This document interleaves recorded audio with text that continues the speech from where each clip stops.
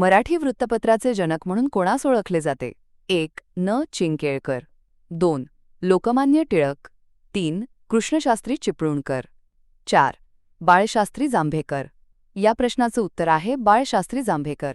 स्पष्टीकरण: जांभेकर हे मराठी वृत्तपत्राचे जनक आहेत, तसेच ते मराठीतील पहिले पत्रकार होते.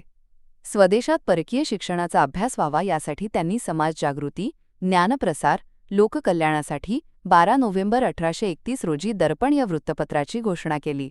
सुरुवात 6 जानेवारी 1932.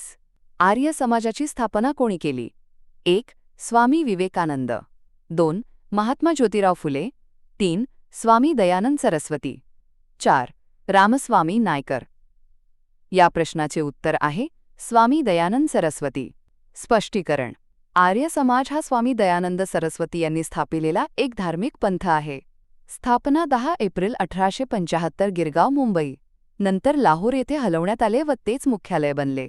आणि अशाच सामान्य ज्ञानासाठी आपल्या चॅनलला सबस्क्राईब करा.